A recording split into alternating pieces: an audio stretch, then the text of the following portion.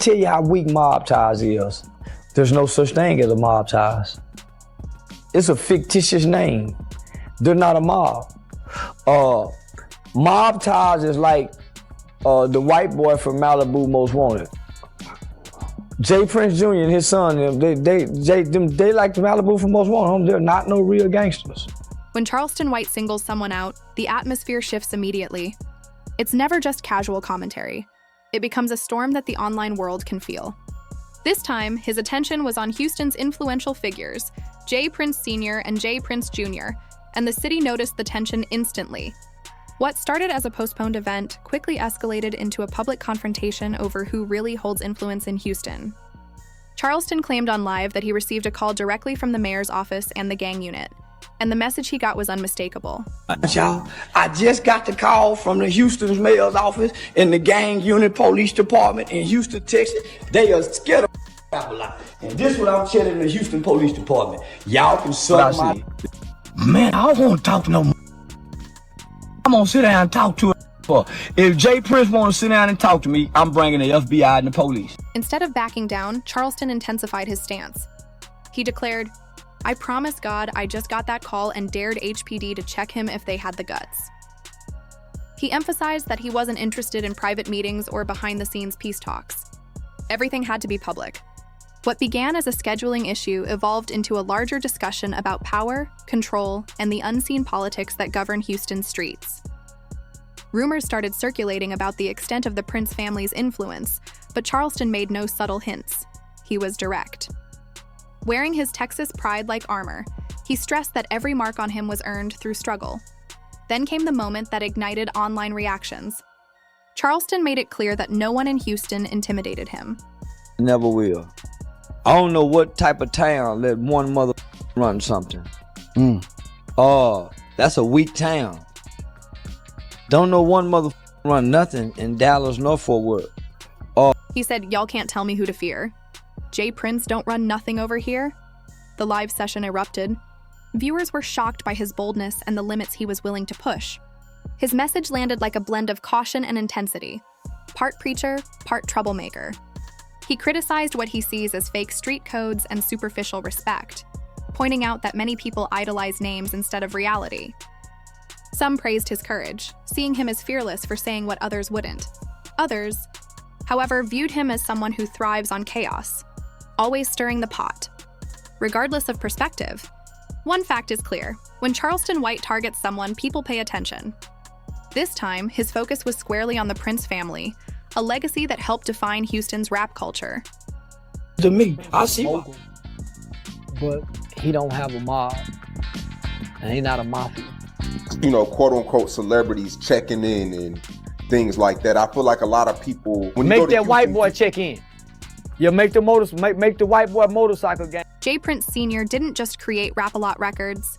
He established a legacy that goes far beyond music, embedding itself into the core of Houston's power structure. With Charleston openly calling them out, the city could sense tension building. The silence from the Prince camp only heightens that unease. When Houston royalty is challenged, the entire city pays attention. The Prince family has expanded their legacy into business, nightlife, and cultural influence under the Mob Ties banner. That name carries weight in Houston, powerful, recognized, and seemingly untouchable. Their influence reaches from corporate boardrooms to backstreet dealings, from polished suits to quiet negotiations. No wonder they mob ties. No wonder everybody got to check in, y'all. Now I'm checking in with the police department. Police department told me, "Hey man, you got a problem with Mr. James Prince. Austin, we hear you got a problem with James Prince." The Prince family's reputation reverberates wherever power is exercised. So when Charleston claimed their crown was merely symbolic, it landed sharply. He didn't just question their authority, he exposed it. Charleston described mob ties as a facade, a role in a story rather than real influence. He argued there's no single ruler in Houston, labeling the city's deference more fear-driven than factual. The reaction online was divided. Some praised his courage for speaking openly, while others warned he was taking risks. Charleston wasn't just provoking, he was challenging the system. He forced people to reconsider whether Houston's so-called royalty truly controlled the streets or if it was all image. Homie, nah, Houston is a player town, homie. Long as you don't check in to Jay Prince Jr. Jay Prince Jr. Everything happened around him. Boy.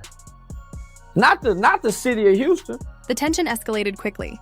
Charleston didn't stop at questioning the Prince family's clout. He ridiculed it. He said Mob Ties was more like a movie prop, appearing intimidating until tested. Comparing it to a Malibu's Most Wanted outfit, he suggested it looks tough until real pressure arrives. He added that J. Prince Sr.'s reputation might carry weight in studios and corporate offices, but in the streets or under real scrutiny, that aura doesn't hold. To Charleston, Houston's power myth is based more on stories than reality. He made a striking point.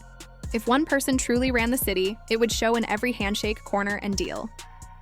Charleston asserted that Houston is not a kingdom, it's a city of players.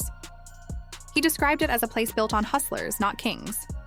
Of Houston, saying, hey, we hear there's some issue with Charleston White and James Prince.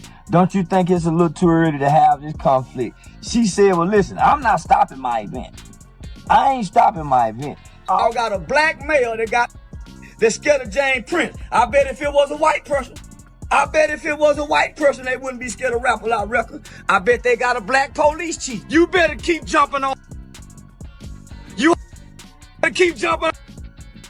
Cause I one of you ESG. I'm telling Mob Ties, Rap A Lot, y'all can suck my.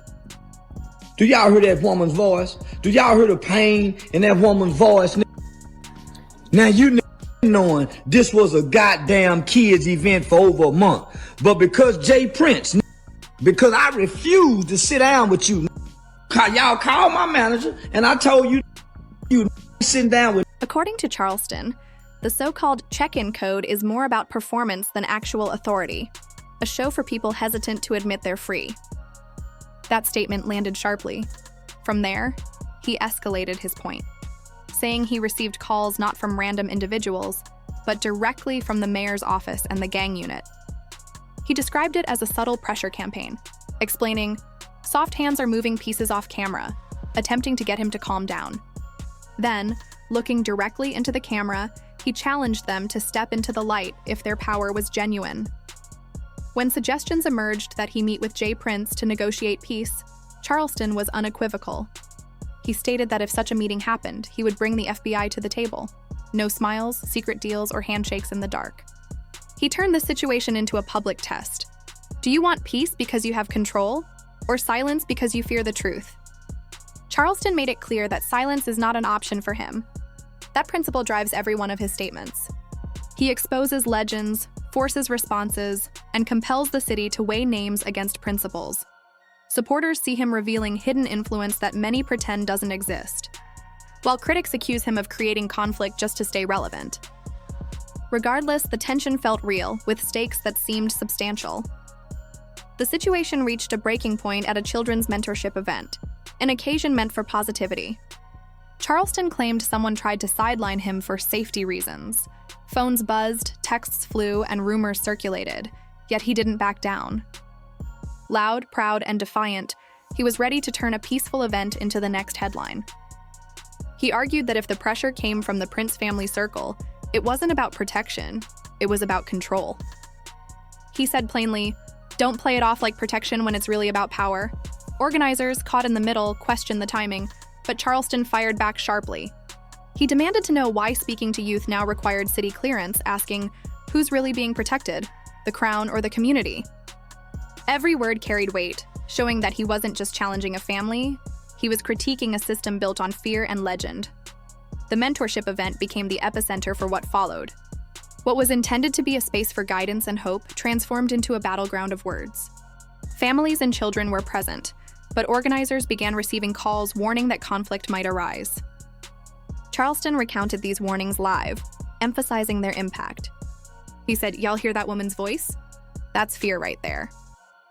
For him, it confirmed everything he'd been stating. This is how control manifests. Those aiming to help youth were being pulled into political dynamics they never requested. He pointed out that the warnings were cloaked as concern, but the real message was clear. Silence Charleston. He rejected that notion, telling his audience, "They try to make it sound like I'm the danger, like my words bring trouble." He called it fake safety, insisting the motive wasn't protection. It was an attempt to silence him. He got a whole half full of it. So I was working with an organization that works against an organization that has. I ain't had no comedy show. James Prince didn't stop nothing. The city of Houston called. That's how big I am. Jay Prince used his political bribes, and everybody knows the police department is on James Prince rap-a-lot record. He said he'd seen this playbook before, shine a light on influence and watch how fast people scramble. He dared anyone to disprove him. Then he issued a challenge that even some critics paused at. If Houston is truly the city of players you claim, why does a youth event need invisible permission slips? He went on to say kids shouldn't have to walk into a mentorship session feeling like they're stepping into a political standoff. Organizers shouldn't be forced to choose between serving the community and protecting someone's image. Plain and simple, he argued. This push wasn't about safety. It was about silencing him. Then he delivered the line that blew up the chat. I'd rather burn the room down with truth than let fear run the show. The live comments flooded in. Some accused him of seeking clout. Others thanked him for saying what many were afraid to say. Charleston didn't flinch. He called out names, targeted the so-called crown of Houston's power, and made it clear he wasn't intimidated by titles or reputation. Then the tone shifted from talk to confrontation. Looking straight into the camera, he warned, "If anybody thinks they can muzzle me, they better do it with the lights on." That flipped the pressure back to the princes. What had the shape of gossip became a public showdown. The rest played out live, chat spinning, thousands watching as he repeated his claims, calls from the mayor's office, warnings from the gang unit, and whispers behind the scenes. He closed with a line that made people sit up. If anyone expects him to sit down, he isn't coming alone. He's bringing the FBI. No coded language, no euphemisms. A clear line in the sand. He taunted the notion that one man runs Houston, calling that idea weak and outdated, and said a city is only strong when it stands on truth, not fear. What type of town let one run something? That's a weak town. Don't know one motherfucker run nothing in Dallas nor Fort Worth. And surely not no entertainment like a Jay Prince kind of guy. Yeah. Jay Prince really don't run Houston. He's been a mythical figure in the entertainment hip hop culture world, but in the streets, in the prison systems, he's not recognized and identified as a mob boss. Charleston insisted that the so-called security concern was nothing more than intimidation, disguised as caution. He pressed the point further. If this is truly a kids' event, why would letting him speak be considered a risk? He accused the Prince Circle of using fear as a tool, turning the concept of safety into a mechanism of control. Each statement sounded less like a rant and more like a challenge to authority. Charleston said, "They want peace, but only if peace means I stay quiet." Then his tone dropped, bringing weight to the moment. Looking directly into the camera, he stated, "I ain't sitting down with nobody." He followed with a line that shifted the entire dynamic. "If there's ever a sit-down, the FBI is coming with me." That single statement changed the conversation entirely. It was no longer just internet talk. The tension was palpable across comment sections, headlines, and live reactions. His energy became sharp and focused. No humor, no middle ground. From that point, Charleston was no longer discussing street politics casually. He was challenging control itself. He directed his focus at the mayor's office and the gang unit, claiming both had been notified of his name, with phones buzzing and calls circulating rapidly. Charleston framed it as proof that a community event had been manipulated into a choke point. To him, the issue wasn't safety, it was power. He said, "That's the oldest play in the book. Squeeze the organizers, mask it as protection, and hope the speaker backs down." But Charleston refused to yield. He escalated further, transforming frustration into pointed accusation. If one call could shut down a youth event meant for kids and families, then I'm not the problem. The problem is the reach of the hands behind the curtain. He emphasized that this wasn't about creating chaos. It was about controlling outcomes. Charleston's intensity rose as he highlighted that these behind-the-scenes actions actually endangered the children. Not because of him, but because the fear instilled created panic in a setting that should have been safe. He told his audience, "If you can make a room full of parents and teenagers feel like something bad might happen just because of who's holding the mic, then you're not protecting the community. You're scaring it." His voice cracked in that moment, not from weakness, but from raw anger. Y'all, I just got the call from the Houston's mayor's office and the gang unit police department in Houston, Texas. They are scared of a lot. And this is what I'm telling the Houston Police Department. Y'all can suck my... With that, the tension spiked dramatically. What began as quiet whispers about influence turned into a public confrontation, with Charleston White front and center, challenging anyone to test him openly, under full lights and cameras. He locked eyes with the camera and directly addressed the so-called crown, stating plainly, "Mob Ties is built on echoes, not enforcement." He described it as a narrative that sounds strong, but loses substance when tested in the streets. The impact of his words was intensified by the sharpness in his tone. This wasn't mere disagreement, it was dismantling. He didn't debate their reputation. He challenged it. Charleston said that while the myth may hold in entertainment rooms or label meetings, it carries little weight where reputations meet reality. He argued that the system bends to influence rather than justice, claiming that law enforcement responds not to badges, but to brands. When pressure came, the calls weren't to protect him. They were to protect a name. As the chat erupted, he escalated the statement, revealing steel on camera, not by accident, but as a deliberate message.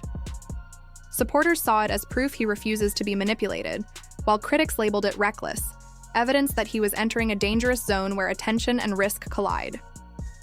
From that moment, his tone became unyielding. He drew a clear line between genuine caution and control, asserting that the city's so-called concern was a velvet glove push designed to remove him from the stage. He rejected every claim of safety, calling it a disguise for censorship. And he reiterated his promise, if he ever sits across from the princes, it will be with agents present and sunlight on the table. There's nothing like the Italian mafias like we've been seeing in the movies. So why? Who gives a mob tie? So I'm ignoring, but instead he's saying it on stage while I'm on stage. So how mob tie? Said this nigga ain't. So I got these two dudes saying, take your mask off. Charleston returned to his well-known Malibu's Most Wanted comparison, calling the check-in culture nothing more than performance. He said, "The only people who fear this microphone are the ones who don't want their stories questioned in public. You can't silence me just because your image looks better in the dark," he added. Every statement was direct, unfiltered, and bold, exactly what his followers tune in for. He didn't hold back on specifics either. He named names, described scenarios, and leveled accusations with full force. He spoke of political influence, quiet nods, unseen favors, and doors that open without leaving fingerprints. This, he said, is real power, and it doesn't need cameras. It simply operates. Then he cut to the core question. If Houston is truly strong, why does the city hesitate when a man with a past wants to speak to kids? If the city is fair, no one's name should turn caution into compliance. If it's honest, no conversation should be too intimidating to have in the open. By the end of his stream, opinions were split. Some viewers felt he had damaged his credibility and turned his voice into noise. Others argued he had done the one thing most avoid, call the myth by its name. Either way, it was no longer a debate. It was a standoff. Charleston referenced his interactions with the police. "Now I'm checking in with the police department. They asked if I had a problem with Mr. James Prince. Scared of him. I swear to God, I just got the call from the mayor's office and the gang unit in Houston." And in that standoff, even silence became meaningful. J. Prince Sr. and Jr. didn't respond, post, or give interviews. No cryptic tweets, no public reactions, just quiet. That silence itself sent a message. Half the city interpreted it as a power move. Real influence doesn't explain itself. The other half saw a strategy. Let Charleston burn hot, then observe. Meanwhile, comment sections became arenas of debate. Some accused Charleston of fabricating the story to stay relevant. Others said he was highlighting issues Houston had ignored for years. Local voices, organizers, DJs, former police, community elders acknowledged the complexity. They spoke of favors moving unseen, conversations that never hit emails, and phone calls that could change everything without leaving a trace. Through all the noise, one phrase persisted. "That's just Houston." Charleston heard it, smiled knowingly, and leaned further into the silence. When others went quiet, he got louder. That's when it became clear. This wasn't just talk. It was about legacy, loyalty, and who truly holds power in Houston. He looked directly into the camera, eyes sharp, voice cold, and said the prince's silence was itself an answer. He pointed to alerts from the mayor's office, notifications from the gang unit, and the phones lighting up with his name, proof that things were moving behind the scenes. "If I'm irrelevant," he shouted, "then why does every room I walk into feel colder? Why do the phones light up? Why does the city react like my words can shake buildings?" Charleston concluded that his voice felt threatening only because it was too close to the truth. That, he argued, is what scares people, and that's why the audience split down the middle. Some couldn't handle his delivery, but admitted he might be speaking the truth, while others, loyal to the Prince family, accused him of stirring drama for attention. But amid all the noise, a mix of tension, respect, fear, and pride hung heavy over the city. Charleston stated plainly, "This isn't rap beef. This is a tug-of-war over who gets to write Houston's story. The royal family that has held the crown for decades, or the outspoken rebel who refuses to follow polite rules." His supporters called him raw, essential, and unapologetically real, the kind of voice that polite speeches never produce. His critics labeled him reckless, a chaos magnet, someone who enjoys fire too much to see the burn.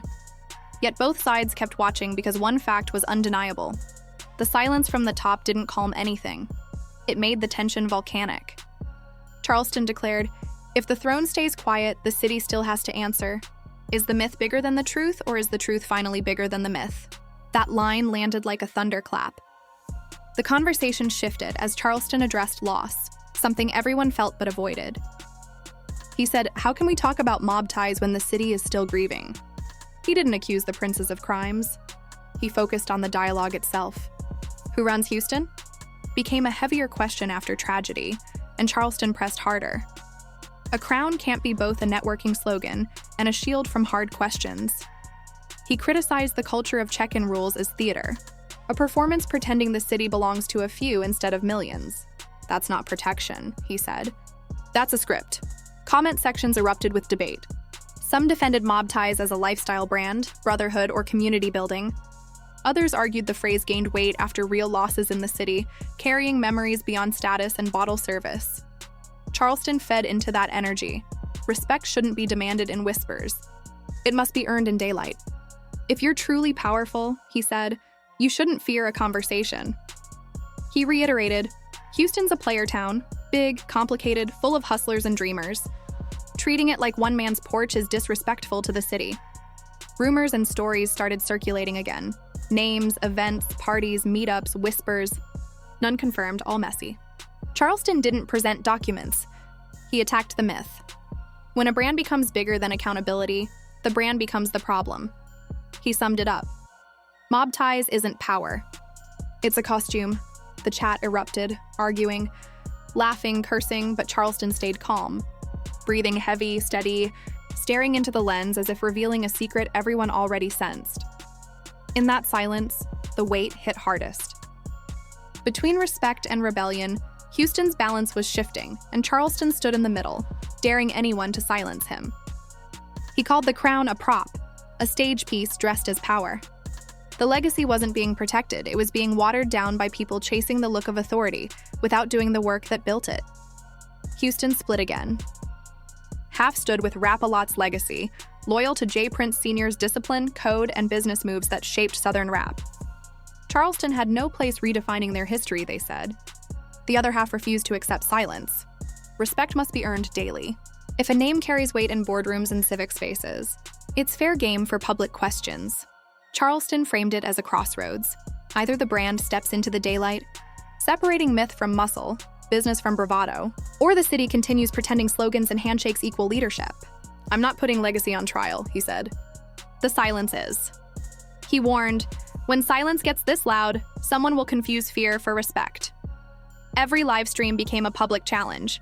He pressed further. Political influence and police proximity, he argued, aren't conspiracies. They're how real power works out of view. He didn't imply.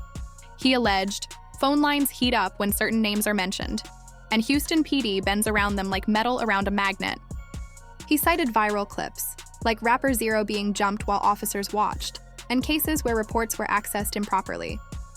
He argued these weren't coincidences but patterns. Patterns that put people at risk. Critics dismissed these claims as imagination, but Charleston widened the scope, framing it as a national issue. Wherever power, fame, and fear overlap, similar quiet connections exist. Check-in culture, police hesitation, whispered protection networks, they're everywhere. He delivered a line that spread across social media. If a brand can make officers freeze, the brand is bigger than the badge. Supporters called him fearless. Enemies called him reckless. Charleston framed risk as a principle. This mic is my only shield. I'm not lowering it. Every warning labeled as safety, he said, was actually fear of truth. That's not protection, he said. That's censorship in disguise. When he flashed steel again, it was a boundary, not a threat. A signal he wouldn't be boxed in by fear or backroom pressure. The princes remained silent. That silence became a mirror. Some saw maturity, dominance, or cold indifference. Charleston saw confirmation. Quiet is the language of people who don't have to explain themselves. That's why I won't shut up. The divide in Houston was clear. One side revered Rap-A-Lot Records and J. Prince Sr. as a guiding force in Southern hip-hop. They saw Charleston's metaphors, Malibu's most wanted analogies, and references to player towns as disrespect. Legacy deserved more than live-stream critiques. The other side argued that legacy is only meaningful when it survives scrutiny. They demanded honesty over politeness, seeing questions not as disrespect, but as accountability. Charleston wrapped it all in one brutal line. If a man can be pressured out of a spotlight,